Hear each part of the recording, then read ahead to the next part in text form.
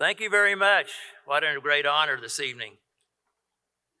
I've been hanging out with Jeb Blount today, and we've both been getting lots of advice about our speeches this afternoon.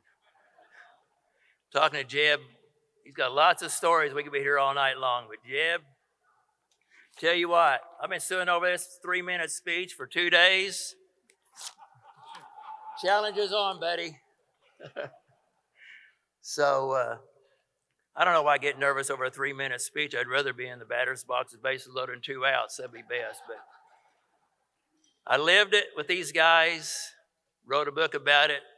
So what's there to be nervous about, right? So just speak from the heart. Let me tell you about these guys.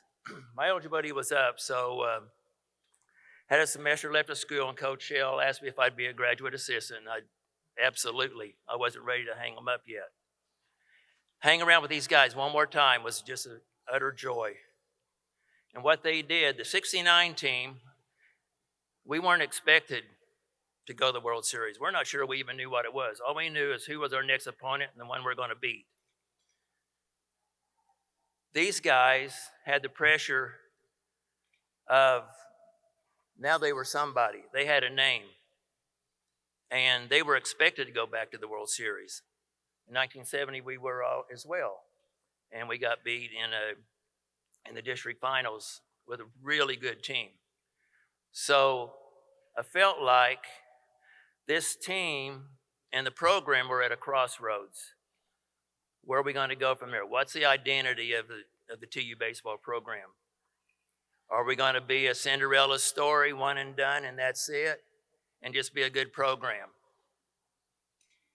We had already raised our rankings, top 5, top 3, top 4. So now could we prove it? Could we back that up? In 1971, Coach Shell said, I've got a really special team. If we can get to the World Series, I really believe we can win it. And like Bruce said on the video, we had a mixture of guys from the 1969 World Series team and some really good recruits that came in to supplement them to be a really good team. Now, when we were in 69, as players, we never played that name on the jersey. We didn't care who they were. They were just another team we were going to beat. 69 and 70, we started building a reputation. Now we were one of those names on a jersey that people respected and a target. It's a lot different role in being the hunter as it is to being the hunted. So they had that burden on themselves as well. But long story short, they won the districts. Oh, and by the way, in 1970, we go to Riverside, California. We beat number 1 Stanford. We got paybacks with Arizona State for the loss they gave us in the World Series in 69 and beat them. And on and on. We beat all the top ball clubs on their turf. So now we had a reputation to uphold and defend. And these guys did everything we could ask. Going into the World Series, they were picked second behind Southern Cal to win the World Series. It's quite a reputation for a program that was only started since 1966 with the hiring of Coach Shell. He was hired in 1966 to be a basketball coach, a football coach, and by the way, see what you can do with the baseball program. His formula was to go out and recruit Tulsa kids first. And that was the nucleus of our team. We had 13 guys on the 69 team, 11 guys on the 71 team.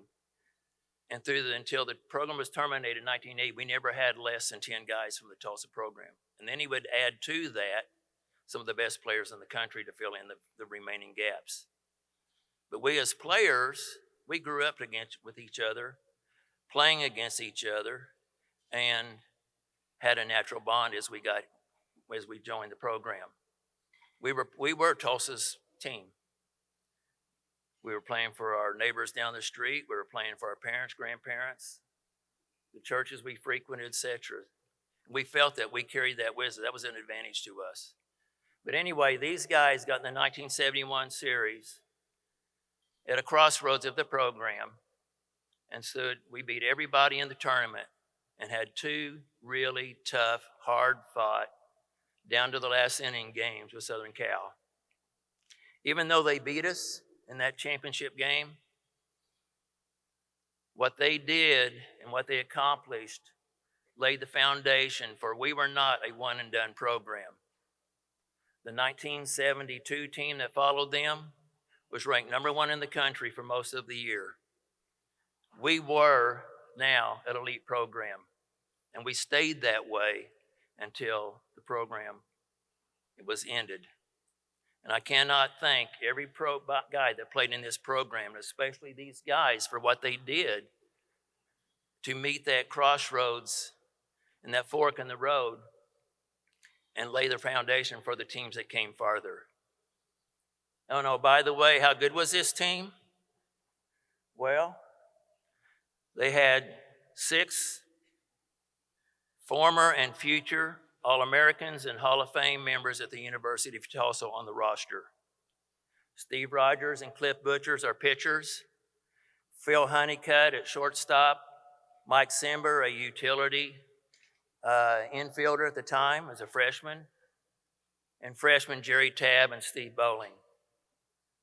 They were loaded, but they had a great cast to go with them. But that was just the beginning of a great era of the University of Tulsa baseball program. And we thank you for this tonight. It's a great honor for us. Could not be more proud. Thank you very much. I feel good.